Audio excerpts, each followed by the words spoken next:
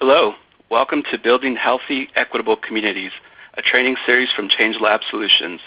This is a virtual space to explore the elements of a just community and the conditions that will help all children and families thrive. Back in April, we began releasing collaborative episodes which offer training and discussion on how policy plus community power can advance health equity. You can see the full schedule in our 6 episode topics here or on our series homepage. Our kickoff episode explored health equity as a principle and a practice and set a high-level theoretical framework for how to use law and policy to advance health equity. The rest of our episodes lay out strategies for operationalizing this framework. For example, our 2nd episode explored advancing health equity through policies and systems that support working families. Our 3rd episode looked at advancing health equity through a just food system and equitable procurement. And last month, we wrapped up our 4th episode, which looked at comprehensive long-range planning and other place-based strategies as a driver of health equity. All of these episodes are now available for viewing on our website. Today, we are here for Episode 5, Building Healthy, Equitable Communities Through Transforming the School Climate. And just like the previous episodes, this webinar will be posted on our website, so you can come back to view the slides in case you miss anything. Each episode contains 3 things. First, we publish a blog post which shares the consequences of laws and policies that don't take health equity into account and how we can respond. In Episode 5, we looked at 5 promising policy avenues to transform the physical and social environments in schools and to promote healthy development of the whole child. Then we host a webinar that provides both on-the-ground stories and innovations from community health leaders, as well as resources to support your work in healthy change-making. Today's webinar explores why exclusionary school discipline policies are a public health crisis alongside some promising alternatives. Finally, we close each episode by moderating an interactive expert panel. For this episode, please join us Thursday, September 20th, alongside Heather Sadler and students from the Alliance School of Milwaukee Public Schools, Ruth Cusick from Public Counsel, and Celia Gonzalez, professor and restorative justice expert. Collectively, this panel brings diverse experience and innovation in school discipline, involving students and promoting health and equity in schools. You can expect them to be in conversation with each other, as well as responding to questions from you. As such, please note that we will not be doing Q&A during this webinar, but instead deferring any questions you may have to our expert panel. With that, please make sure to submit your questions as they come up in the chat box on your screen, and we will pose them to our panel on Thursday. So you can put a face to the voice. I'm Cesar de la Vega. I'm a policy analyst at ChangeLab Solutions, where I focus on schools and child health, violence prevention, healthy housing strategies, and shaping the built environment via law and policy change to promote health equity. I have a background advocating for civil rights, environmental justice, and education policy, having worked at several community-based organizations in Los Angeles, California. I was introduced to this line of work while in law school and began my professional career working at a national nonprofit research organization that helps government leaders put policy into practice to strengthen communities and transform people's lives for the better. On today's webinar, I'll be joined first by Kristen Harper, the Director for Policy Development at ChildTrans. ChildTrans is the nation's leading nonprofit research organization focused exclusively on improving the lives and prospects of children, youth, and their families. ChildTrans conducts high-quality research and shares the resulting knowledge with practitioners and policymakers to improve public policies and interventions that serve children and their families. Kristen brings to ChildTrans expertise in using research to drive policy decision-making and promoting better outcomes for youth in regard to racial and ethnic disparities in education, special education, supportive school climates, school-based interactions with law enforcement, and juvenile justice. Then I'll be joined by Linda Darling-Hammond, the Charles E. Ducommun Professor of Education Emeritus at Stanford University and President of the Learning Policy Institute. The Learning Policy Institute conducts and communicates independent, high-quality research to improve education policy and practice. The Learning Policy Institute works with policymakers, researchers, educators, and community groups, and others to advance evidence-based policies that support empowering and equitable learning for each child. Linda has conducted extensive research on issues of educator quality, educational equity, school reform, and teaching and learning. Linda currently serves as co-chair of the National Commission on Social, Emotional, and Academic Development and is leading a set of projects on the science of learning and development. I'm thrilled that we all get to gain insights and lessons learned from Kristen's and Linda's experiences doing innovative work in this space.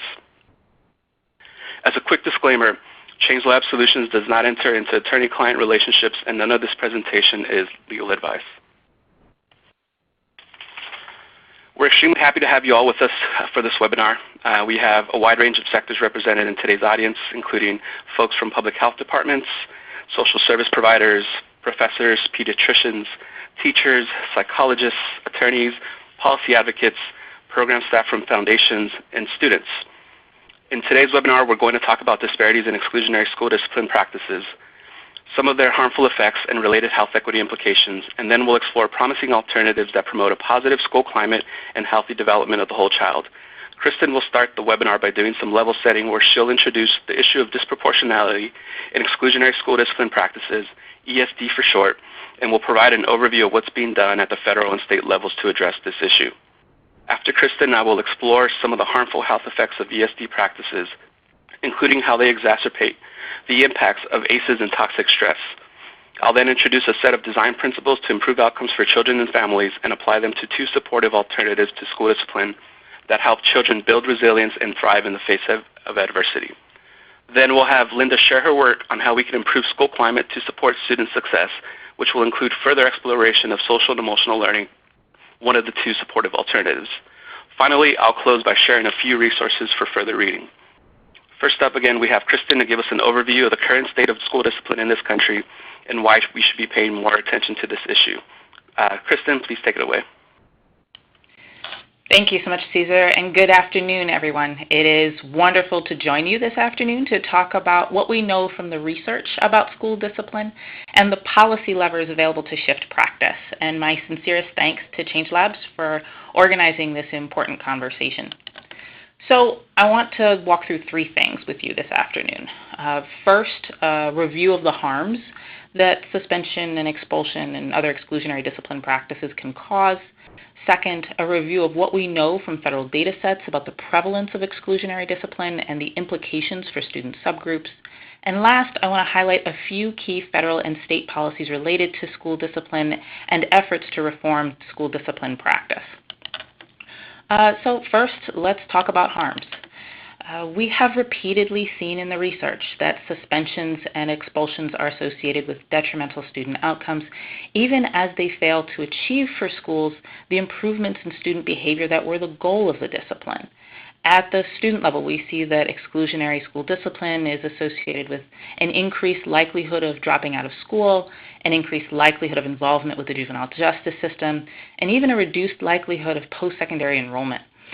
So many at this point might argue that even if there is a cost to an individual child, that the cost might be worthwhile because of the need to maintain order and discipline in a classroom for other students. However, the research doesn't support that conclusion either.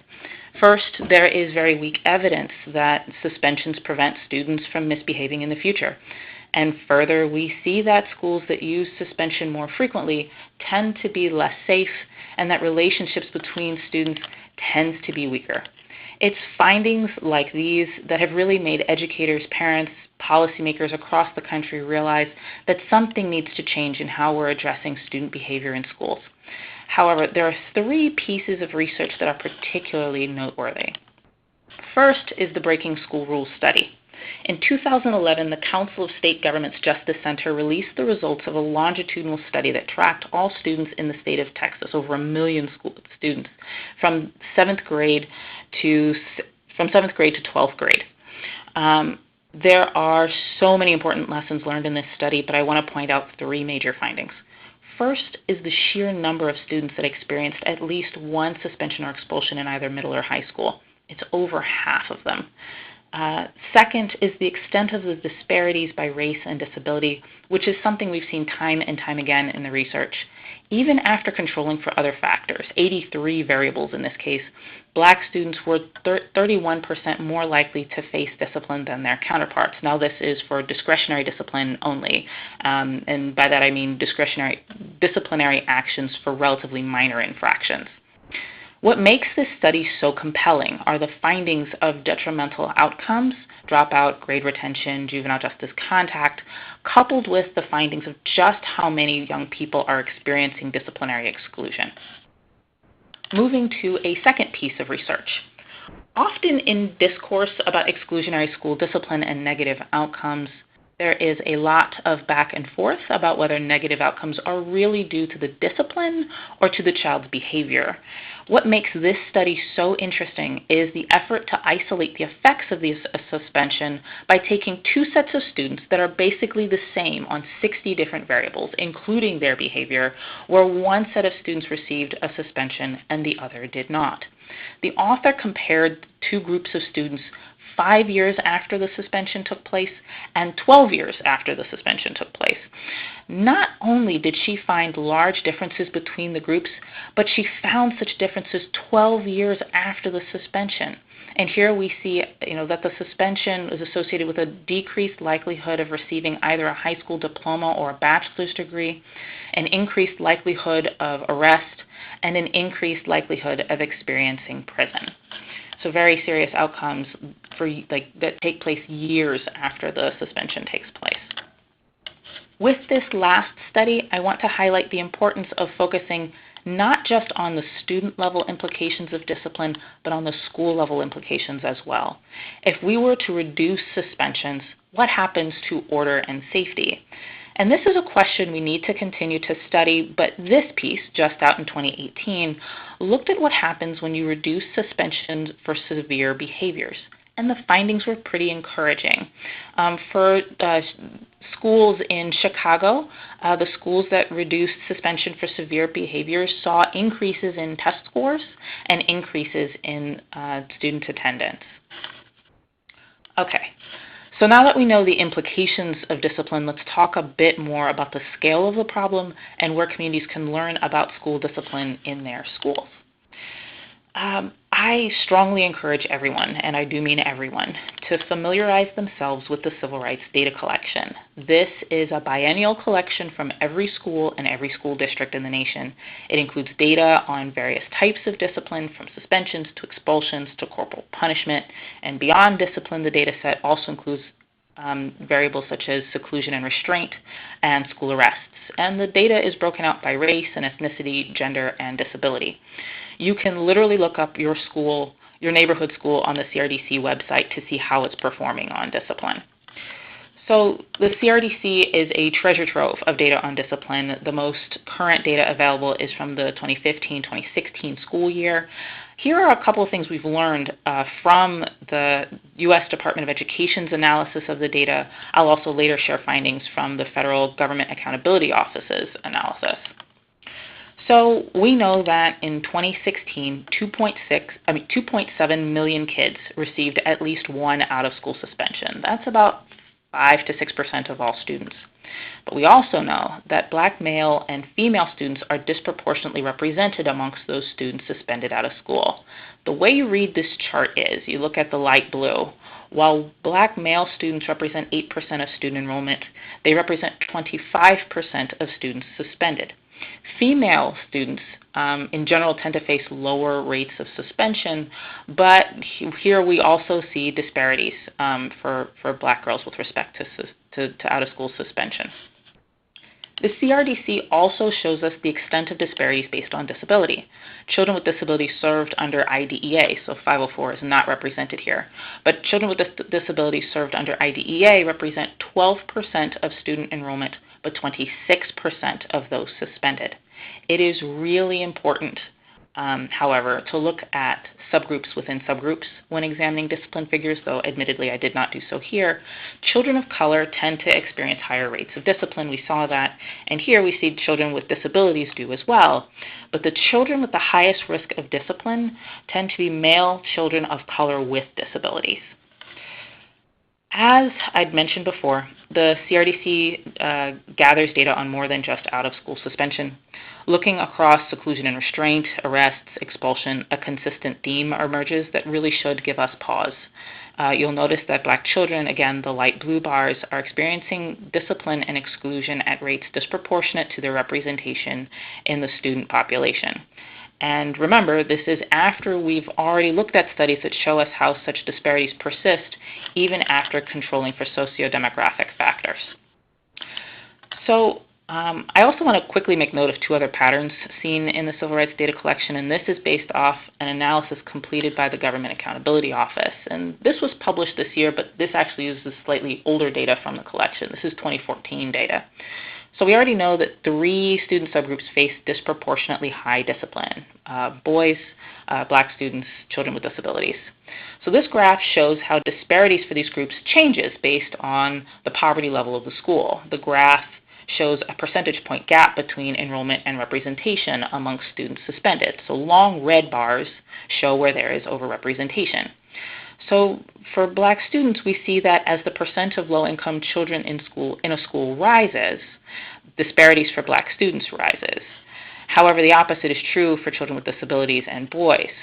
Schools with less poverty tend to have greater levels of disparity for those two subgroups.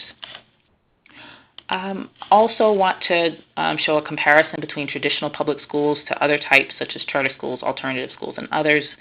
Again, you focus on the long red bars. One interesting finding here is that charter schools do tend to have greater levels of disparity for Black students than traditional public schools.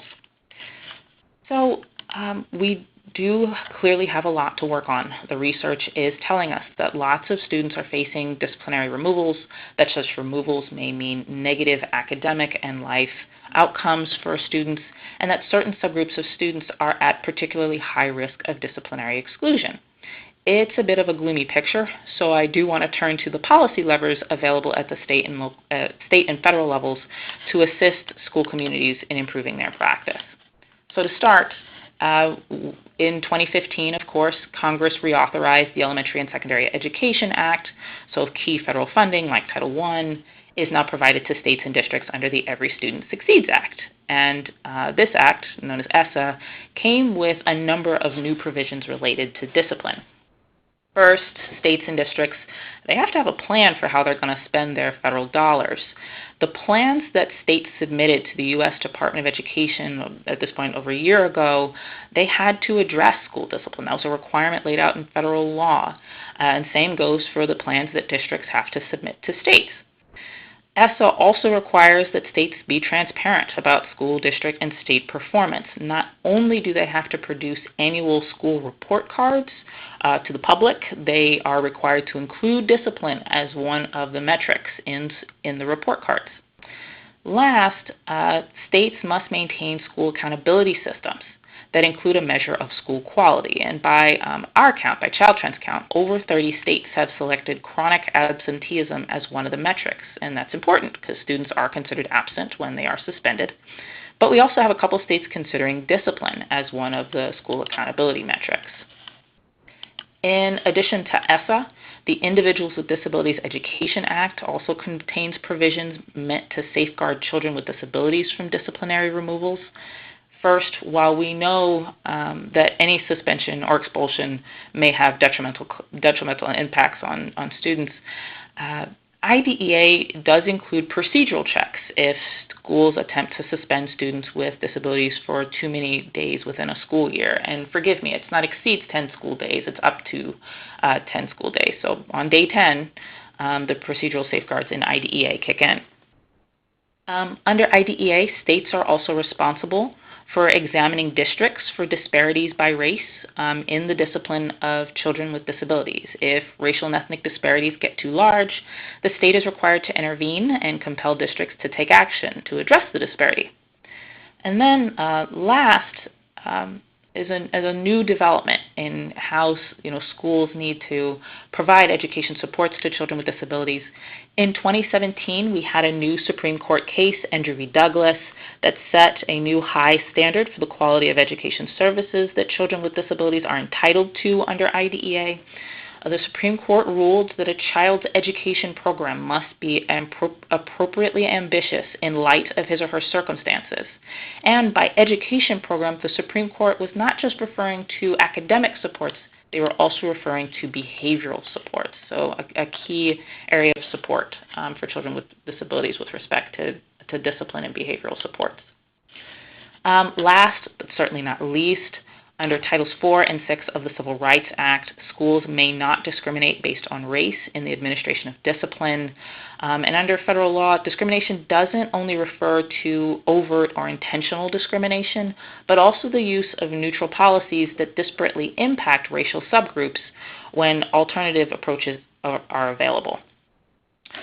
So that's federal policy, but to be honest, the most interesting developments, the most recent developments in school discipline policy, they're happening at the state level.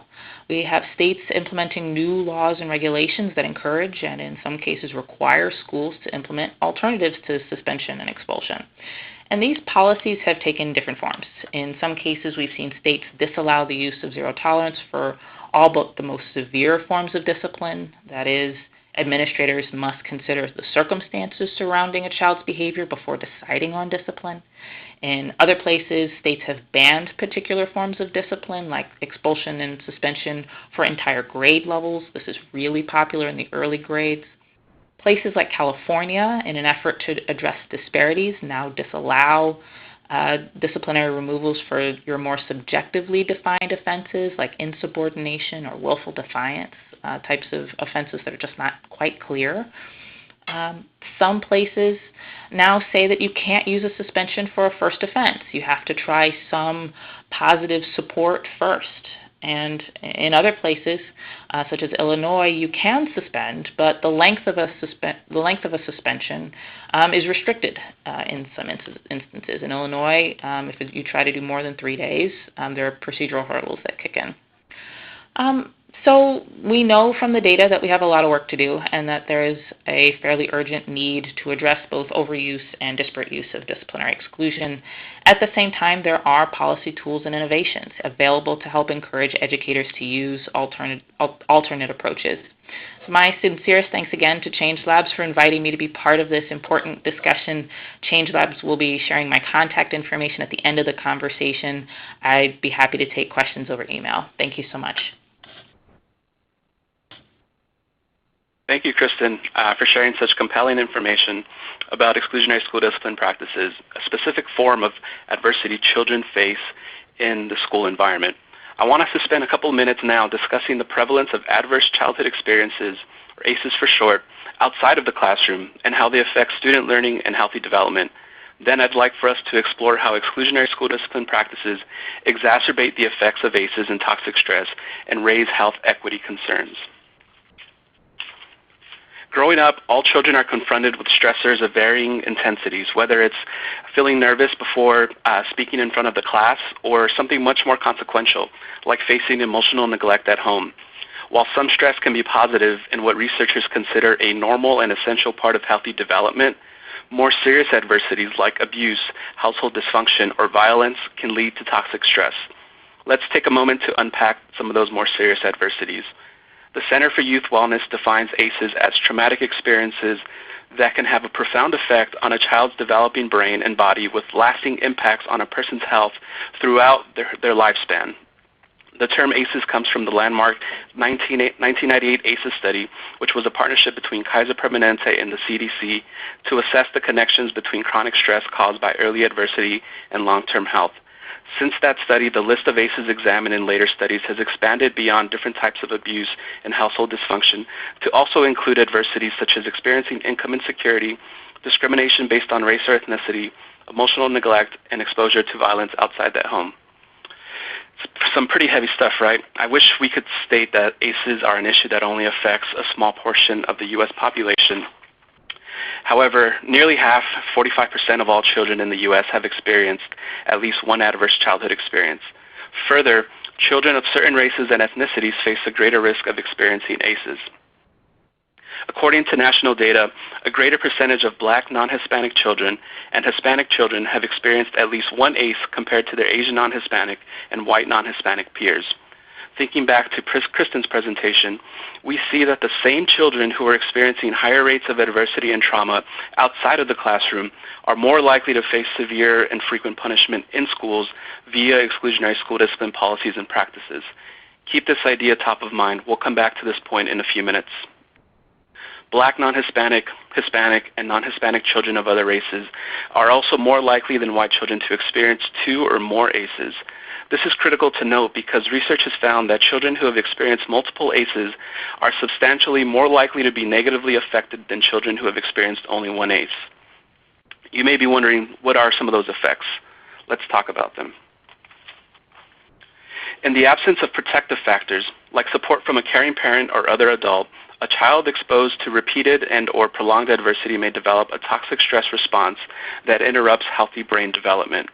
The effects of this toxic stress response are especially pronounced during early childhood when brain development is most sensitive to external factors. The toxic stress response to ACEs increases a person's risk for chronic diseases as well as lower levels of educational attainment, social and economic stability, and life expectancy. Let's look at some specific examples. We'll start with the student's academic trajectory. ACEs are associated with chronic absenteeism, a more accurate predictor of school dropout than standardized test scores or low grades. Children exposed to ACEs are more likely to have behavioral and learning challenges and struggle in school. What about some social economic outcomes over the course of one's lifetime? According to a 2016 multi-state study of adults, individuals reporting 4 or more ACEs were more likely to report high school non-completion and household poverty. Those with 3 or more ACEs were more likely to report periods of unemployment. Now, let's consider health. There is a strong dose-response relationship between ACEs and various behavioral health challenges, including increased risk of suicide attempts, sexual risk behaviors, and lifetime depressive episodes. This means that as the number of ACEs increase, so too does the level of risk for experiencing these behavioral health challenges. The toxic stress response to ACEs affects biological systems as well, including potential disruptions of the metabolic and immune systems, which may result in a greater likelihood of becoming physically ill over one's lifetime. And finally, lower life expectancy. People who experienced 6 or more ACEs, on average, died nearly 20 years earlier than those who experienced 0 ACEs. Next, I'd like for us to connect some dots, and we'll start that process by asking the question, what role do schools play here? Well, as places where children spend the majority of their formative years, schools have the potential to play a critical role in mitigating the effects that ACEs and toxic stress can have on a young person's healthy development and educational success. We all know that early childhood education is critical to building the foundation for a person's health and well-being. And yet, many schools, beginning as early as pre-kindergarten, continue to suspend and expel students, particularly students of color, at alarming rates. Why does this matter? It matters because exclusionary school discipline practices undermine critical protective factors, specifically safe, stable, and nurturing relationships, safe environments, and positive academic experiences, all of which can support children's healthy development even in the face of adversity. It's also important because instead of fostering a safe environment of inclusive learning, ESD practices can transform schools into spaces that have lower levels of connectivity between students and schools. ESD practices, for example, have been found to foster feelings of mistrust between students and teachers. They have also been linked to social isolation of students. According to the CDC, school connectedness is the belief held by students that the adults and peers in their school care about their learning as well as about them as individuals. School connectedness is a stabilizing force in the lives of youth and has been identified as a critical protective factor against things like emotional distress and suicidal ideation and attempts. When students feel connected to schools, they are also more likely to engage in healthy behaviors and succeed academically. ESD practices, unfortunately, undermine this critical stabilizing force. ESD practices can also transform schools into spaces that have a more limited understanding between families and schools. They have been linked to negative impacts on parents' views of schools as safe and accepting places. And they can also transform schools into spaces that compound stress for students and families. ESD practices are a known source of stressful and negative experiences for students and their families, particularly at the pre-K level. Further, they may re-trigger histories of trauma for children with someone in the household who was or is currently incarcerated. So let's think back to the point made earlier. The connection between disparities in ESD practices and the prevalence of ACEs and the respective health and educational effects highlight the need to keep students who would benefit the most from a positive school environment in the classroom. But by literally pushing students out of the classroom and depriving them of critical protective factors, ESD practices can exacerbate racial disparities and external stressors that threaten the health and well-being of developing children. These practices undermine the traditional purpose of schools, which is to create a safe, nurturing learning environment for all children. And as we've discussed, the harmful effects can follow children through the course of their lives. I know that's a lot of information to take in, so let's take a moment to collectively exhale. And now, because you are participating in this webinar, I assume many of you are action-oriented and are likely asking yourselves the question, what can we do about this? As Kristen discussed, there is growing momentum in schools across the country to shift away from exclusionary school discipline practices and implement healthier alternatives that cultivate positive school environments. More schools are beginning to understand discipline reform as an opportunity to empower students and to remove barriers to education so that all students reach their full potential. So I want to begin this next section by providing an overview of design principles that can be used to improve outcomes for children and families. I will apply these design principles to two promising alternatives to ESD practices that promote a positive school climate, that build resilience, and that promote healthy development of the whole child. What are these design principles?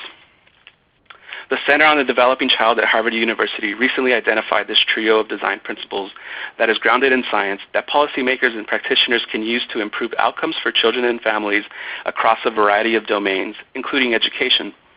To be maximally effective, policies and services should, 1, support responsive relationships for adults and children, 2, strengthen core life skills, and 3, reduce sources of stress in the lives of children and families. According to the Center, these principles are interconnected and reinforcing, as progress on any one of the three makes progress on the others more likely. But conversely, significant challenges in any one of these areas can lead to problems in the others. To offer an example of this interconnection, the single most common factor for children and teens who develop the ability to overcome serious hardship is having at least one stable and committed relationship with a supportive parent, caregiver, or other adult. That's that first principle. Reducing sources of stress for adults, that third principle, frees up energy and time for these adults to focus more on providing responsive relationships and stable environments for children. Now that I've introduced the design principles, I want us to talk about supportive alternatives. Restorative justice practices and social and emotional learning are two supportive alternatives that emphasize healthy development of the whole child and positively reinforce each of the three design principles to cultivate healthier school environments, empower students, remove barriers to educational attainment, and equip students with the skills to thrive in and outside of the classroom. Let's take a closer look at what we mean by this by applying each design principle to these alternatives. The first principle, supportive responsive relationships for children and adults. Restorative justice practices used as a supportive alternative can foster healthy relationships in schools built on a foundation of trust, respect, and care. Restorative justice practices also increase engagement for students and families and improve two-way communication. Social and emotional learning as a supportive alternative leads to schools characterized by a supportive culture and climate, positive relationships, deeper learning, and improved classroom management. The second principle, strengthen core life skills, or those that support our ability to focus, to adapt to changing situations, to plan for and achieve goals, and to make healthy choices for ourselves and our families. Restorative justice practices in schools replace fear and punishment as motivators with belonging, connectedness, and a willingness to change. And they can create a school climate that develops social and emotional skills and understanding. Social and emotional learning as an alternative fosters skills such as self-regulation, executive function, self-efficacy, and empathy. The third principle, which is to reduce sources of stress in the lives of children and families. We already mentioned that ESD practices are a source of stress for children and families, and the disproportionality in their application means that certain populations bear this additional burden of stress. This is not okay, nor does it have to be this way. Restorative justice practices as an alternative can reduce suspension rates across the school district, and they contribute to the narrowing of the racial discipline gap for Black, non-Hispanic, and Hispanic students. Meanwhile, social and emotional learning Competency is linked to reduced risk-taking and emotional distress and can shift race and gender disparities in school discipline. I want to leave you with these three key takeaways. The first is that exclusionary school discipline practices exacerbate the effects of ACEs and toxic stress. The second is that the students at greater risk of experiencing one or more ACEs are also being pushed out of school at a disproportionate rate, raising health equity concerns. Third, and on an uplifting note, there is growing momentum around an alternative vision for schools grounded in science that mitigates the effects of ACEs and toxic stress and supports students to reach their full potential. I provided a brief overview today, but our panel of experts on Thursday will share a deeper dive on restorative justice practices. And next up, we have Linda, who will take a closer look at social and emotional learning as part of her presentation. And with that, I'd like to turn the mic over to Linda. Thanks so much. I'm thrilled to see the extent to which the data are now getting out into the world about both the negative effects of exclusionary practices, but also the positive effects of building a constructive school climate. I'm currently co-chairing the Social Emotional Academic Development Commission with my co-chairs Tim Shriver and Jorge Benitez, which is looking at the question of not only what do we know, but how can we create a framework for practices in schools and policies at the state and federal level to support the kind of school climate that will really allow for the relationships that address the adverse conditions many students experience and prevent the kind of exclusion that we've been talking about. When we think about social, emotional, and academic development as really a goal of schooling, not just opening up kids' heads and pouring facts in, but really developing them as whole people, we have to think about both how teachers shape their practices, how school leadership shapes the school-level policies, the way in which home and community players are connected to and brought into the process, and the role for state policies and resources. You heard Kristen earlier talk about some state policies that are aimed to reduce exclusionary practices. One of those states is California, my home state now, which actually has done a number of things that together really are making a difference. It eliminated a zero-tolerance law that was on the books that caused extensive exclusion in previous years. It has put a ban on suspension for certain offense types, as Kristen mentioned. It also uses suspension rates as an accountability measure in the Every Student Succeeds Act accountability system, which causes reporting both by student group and an expectation that schools will reduce exclusion year by year to make improvements in that and reach out for restorative practices and social emotional supports that will allow them to substitute more productive responses to students.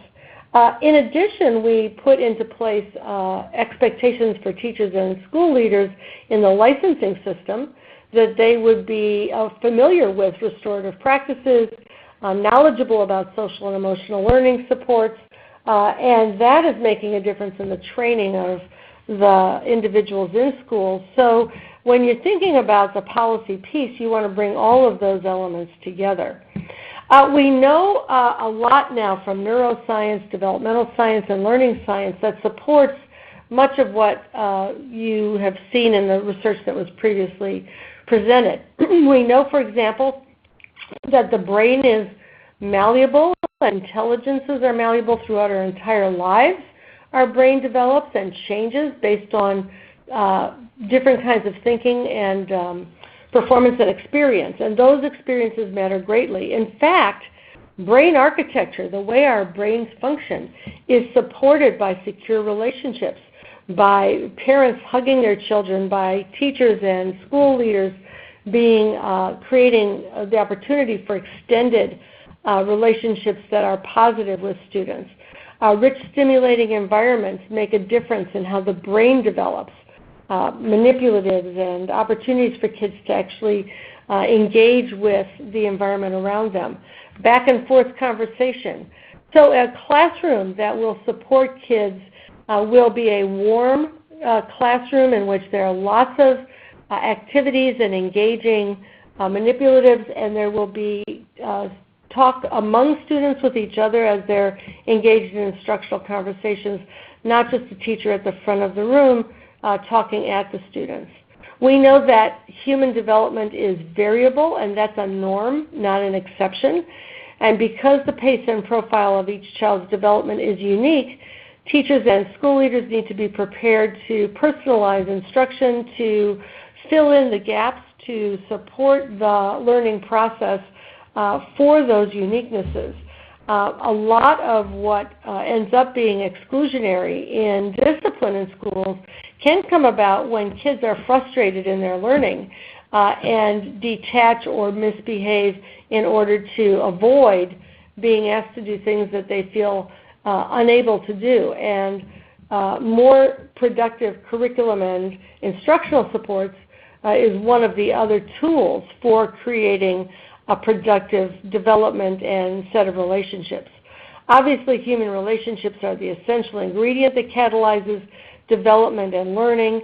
And in fact, adversity can be counteracted by strong relationships, advisory systems in high schools, teachers looping with the same students over multiple years, and a variety of other strategies that actually create stronger opportunities for relationship can undo many of the effects of adversity. We know that learning is social, emotional, and academic, that learning is very emotional. If you are experiencing positive emotions because you feel good about your peers or your teacher, because the learning is exciting and engaging, you actually learn more. Your brain opens up and learning is improved. If there are negative emotions, if students are stressed, distracted, traumatized, afraid of how they're being viewed in the classroom, experiencing stereotype threat, they learn less because the brain is impeded in its ability to take in information and to produce ideas. Children, of course, actively construct knowledge based on their experiences, relationships, and social context, and so teachers who can draw those connections have better effects. We have hundreds of studies that have found that a positive school climate, which provides emotional support, strong social relationships, and opportunities for academic success, are supportive of stronger achievement, better behavior, better long-term outcomes for students. In a report that we just put out from the Learning Policy Institute called Whole Child, Supporting Whole Child Development, there are 4 major aspects of school environments that make a difference. And we review the research extensively about these 4 areas. What it takes to create a positive school climate in which adults can care effectively for students. Adults in schools want to be successful with students, but structures often get in the way, particularly factory model schools invented a century ago for a different time that really undermine relationships. Productive instructional strategies that enable students to be engaged in the right kind of motivating learning and that teach students to self-regulate and learn to learn. Social and emotional development that is explicitly taught in classrooms and in advisory courses, and that are infused in all of the learning in the school. Ways to help students adopt a growth mindset, to experience success and see that if they revise and refine their work in response to feedback, that they will in fact improve, builds their competence and their confidence, and a growth mindset that stays with them throughout life. And finally, individualized supports for students who are experiencing traumatic effects. I'll say a very quick word about each of these 4 areas, and you can see more in the document that I'm going to link you to at the end of my presentation. The first area is environmental conditions that support success across the continuum. I've mentioned structures for effective caring, which have longer-term, deeper relationships. That can also mean kids being in the same school for more years, where we see better outcomes than switching schools frequently. Continuity is very, very important in relationships, particularly for children who've experienced adverse circumstances. Identity-safe classrooms where students are not feeling subject to social identity or stereotype threat, where they're not concerned that by virtue of their race or language background or disability status or language status that they are being stigmatized or believed to be either incompetent or less capable or more likely to misbehave. Teachers can create classrooms that communicate concern, value, and belonging to students, and when they do that, achievement improves and attachment to school and to the people in it improves. And then schools can develop relational trust with families by really working with them as partners, doing outreach through home visits and other kinds of meetings and conferences that meet parents' needs and schedules and enable that relationship to be developed.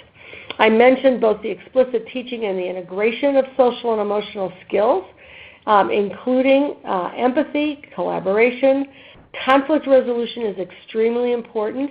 People come to schools seeing very different things in their home environments, including teachers and as well as students.